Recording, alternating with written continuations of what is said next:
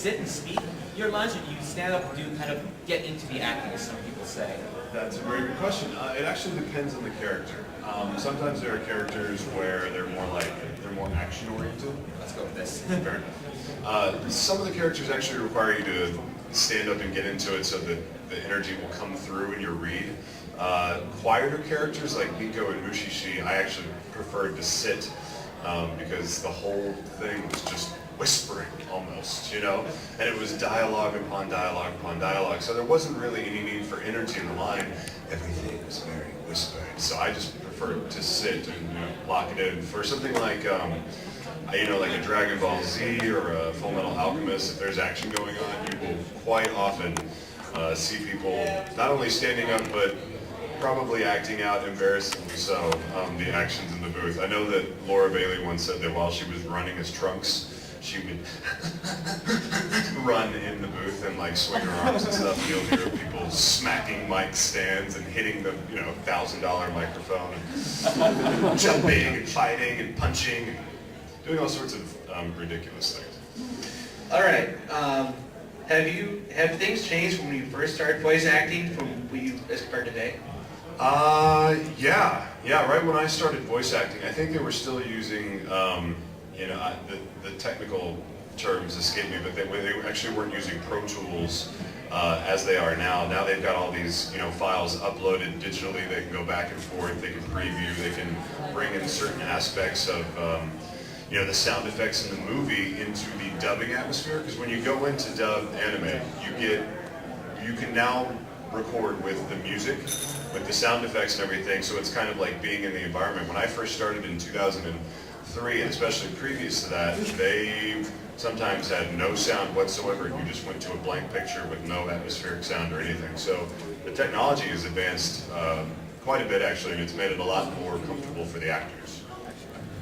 Do you prefer longer sessions or shorter and more frequent sessions when you're in the booth?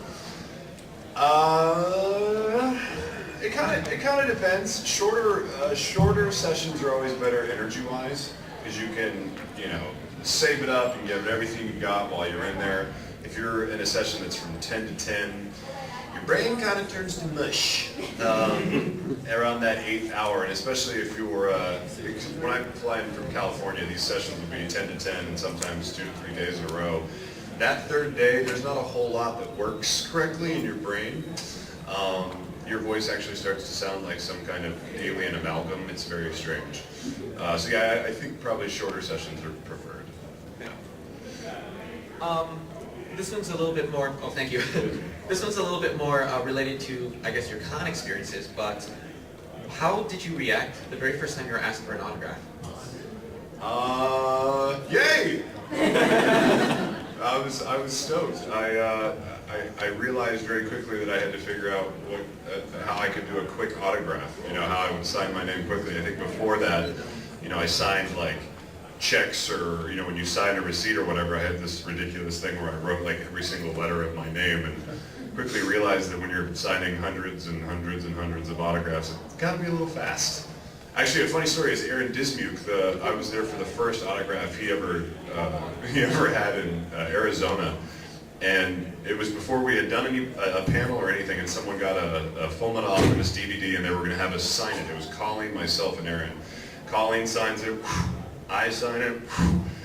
Aaron gets up there and has the tongue pointing out of the side of his mouth, and he's concentrating real hard, and in perfect grade school cursive writes A,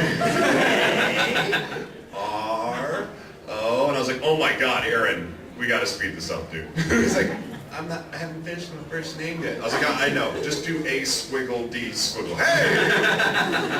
So now it's evolved into what it is today.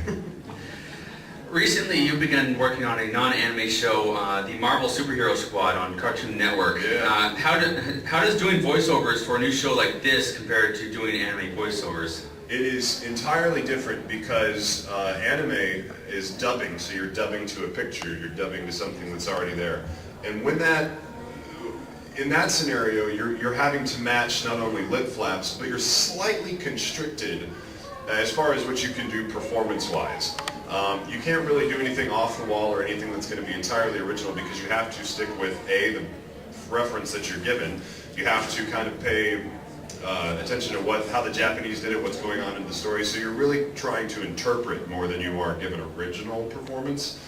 Original animation, like where I get to play the Hulk and the Human Torch in this Superhero Squad show, is an absolute madhouse because there's like 9 actors all sitting in like a half-moon circle. We've all got our own microphones, and they just let you go. And it's like whatever comes out, comes out. It could be absolutely ridiculous. And it's strange going into a room with like 9 grown men all making these strange, cute, odd voices. You know, some sound like this, and some sound like this, and Hulk sounds like this. You know, it's like they're all yelling and screaming and doing weird things, and you're pretty much allowed to do whatever you want to, and the director will just they'll pick from like 4 or 5 different takes, and it's really cool to have them actually draw to what you say. It's kind of liberating.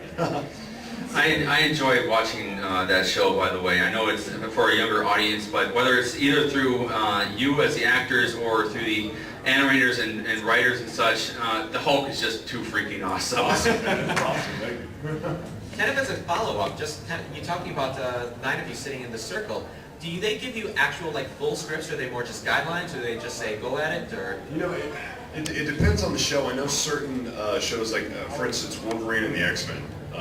I know that they stick pretty closely to the script unless something's not working, and they'll change it. The writer or director will take a second and rewrite it.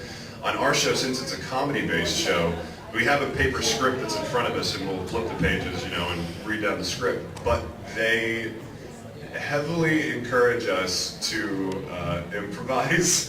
So if we think that, you know, we think there's anything funny that needs to be said, or just something pops up that you think would sound funny, you just kind of fire away. Like, I mean, Hulk is such a moron that, you know, I relate to him quite well. Anything that pops up in my head, you know, like Hulk-like kitties, or Hulk pretty, or, you know, Hulk-like quesadilla. I mean, you know, just random things. You know, Hulk just like Hulk-like pretty flowers, you know, and it's like, sure, why not throw it in there?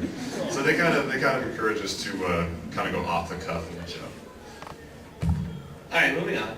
What role are you most proud of, and what do you show off your friends and say, hey, that was me? Not exactly, you know, Right. What? Well, you know, the thing is, because a lot of my friends are aware of anime, but they've never really watched it, or sometimes they just haven't even seen it before. Right when I started doing FMA, I showed my cousin and some of my friends, you know, clips from the show, and one of the clips was the "I love dogs" line.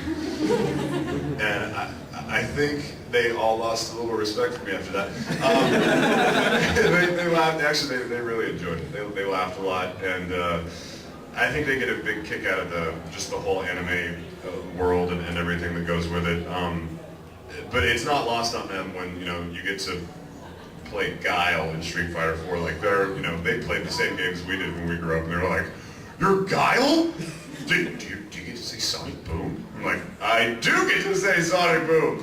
And you know, when you get to play like, you know, the Hulk or the Human Torch, I mean, we all write comic books. I mean, you know, it's totally relatable. So it's gone from being like, "Wow, your job is really strange, Travis," like, "Wow, your job is really cool. That sucks." Okay. Again, kind of switching the topic a little bit, I know you've done a lot of theater and other acting outside of doing anime and voiceover, so what would you consider to be your favorite non-anime role? Oh, wow. I studied a little bit of musical theater in college. I did some straight plays as well. And while I had favorite plays, some of which would probably be far too remote for people to know, I got to play Miles Gloriosus, and a funny thing happened on the way to the forum. And he is this giant, like, Gaston from Beauty and the Beast-esque character. He's this huge Roman soldier that is just ridiculous, and everything he says is terribly exaggerated.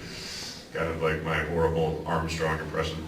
But he was actually a lot of fun to play. I think that was probably probably my best, like, non-anime or non-voiceover